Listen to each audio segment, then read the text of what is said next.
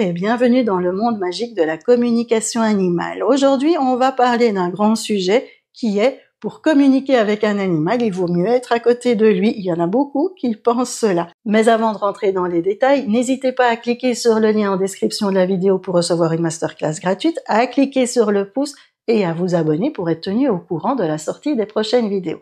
Alors, est-ce qu'il faut être à côté d'un animal pour pouvoir communiquer avec lui? On va reprendre la définition de la communication animale, ou moi je préfère de la télépathie animale, pour répondre à ces questions.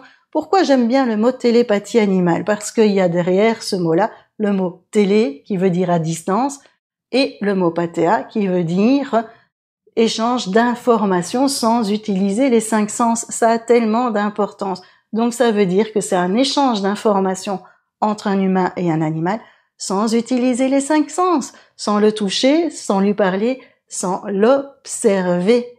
Et tout ça donc à distance.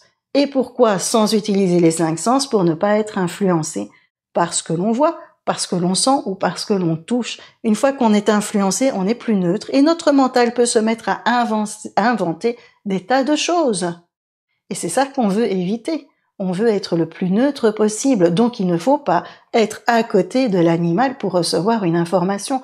D'autant plus que c'est de l'énergétique. L'énergétique, la distance, elle n'en a rien à faire. C'est comme quand vous téléphonez.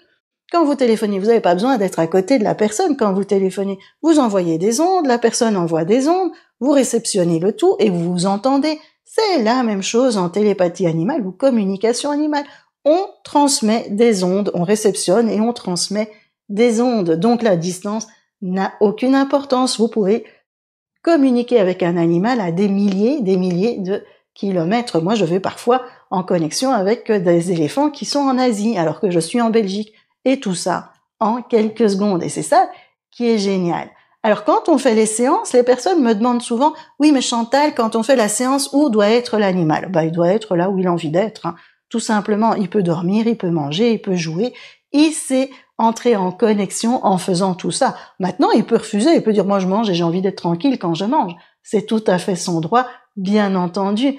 Et quand je fais des séances, il y a parfois l'animal qui est à la maison, le référent qui est à son travail, moi je suis chez moi et on fait tout en visio. Je suis l'intermédiaire de tout, les ondes sont transmises et je transmets ce que je reçois. Il n'y a pas besoin que l'animal soit à côté de son référent et il n'y a pas besoin que je sois à côté de l'animal. Surtout pas, je dirais, je n'ai pas à être à côté de l'animal. Voilà pour cette vidéo-ci.